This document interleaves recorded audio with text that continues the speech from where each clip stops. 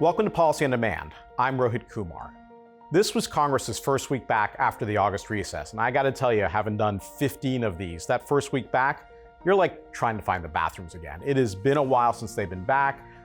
They needed the time away, but there's always a little bit of friction getting the system back into play.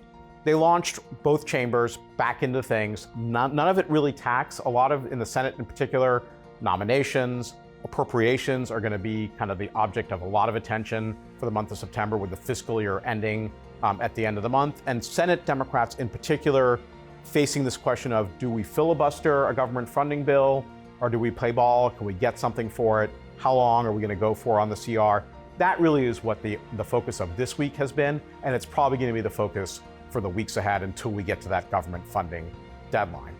On tax, the question that I got asked probably most frequently this week is, are we doing any more tax legislation in 2025? And the answer is, well, maybe. I am deeply skeptical that we're doing another reconciliation bill, a partisan bill with just Republican votes. There's just not a compelling theory of the case for what that might look like. But there are some things expiring at the end of the calendar year, Affordable Care Act premium tax credits, kind of anchoring it, but some other things as well that I think could become the object of a bipartisan bill. But this will require the administration to have a point of view, to weigh in, because anything Affordable Care Act obviously has some partisanship around it. And if something is going to happen here, the administration is going to have to really kind of nudge House and Senate Republicans to get there. And then as we look in the weeks ahead, especially on the economic and tax policy front, I think a couple things bear worth paying attention to. You've got Assistant Secretary Keyes coming up to Capitol Hill to talk to House Republicans about implementation, what it comes out of that, what kind of guidance projects do they sort of signal are coming or are going to be likely. I would stay focused.